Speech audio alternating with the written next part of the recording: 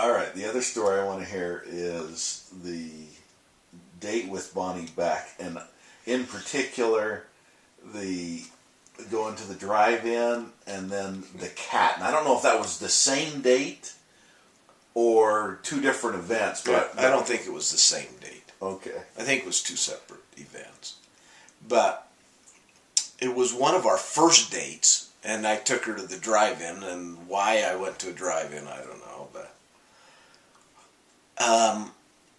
so we were sitting there in the car, and I wasn't really watching the movie. I was thinking, I want to put my arm around her. And so I was so nervous about it.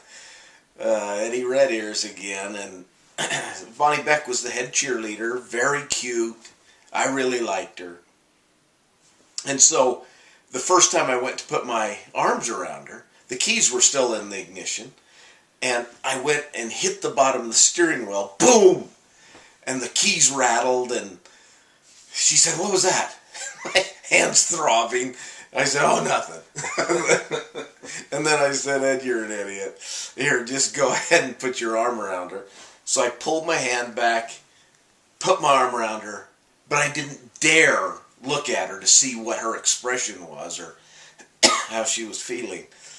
And all of a sudden, after a while, she cleared her throat. I looked over, and she was looking straight up at the ceiling. And I had pinned her hair to the back of the seat. And she says, "I don't care if you put your arm around me, but I'd kind of like to watch the movie."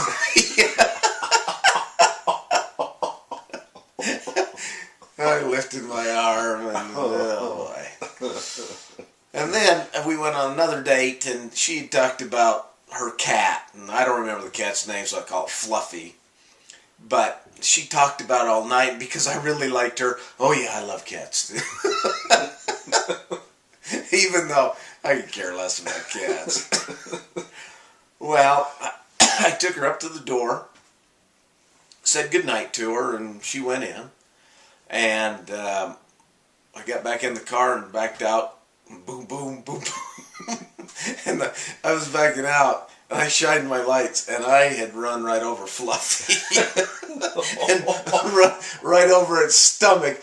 So it was all four paws were wagging in the air.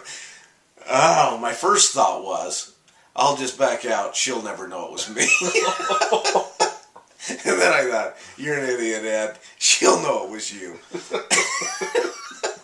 So I pulled back up to, because I was going to tell her, boom, boom, boom, boom. I just make up that part of the story. I'm trying to run back over Fluffy because I can remember I went up to her door and knocked, and I said, "You got a shovel?" That's the first thing I said to her. And she said, "No, what? If you look in the headlights, Fluffy, I need to scrape Fluffy off the cement." And she said, "Oh, my dad will be home in a little bit. He can take care of Fluffy.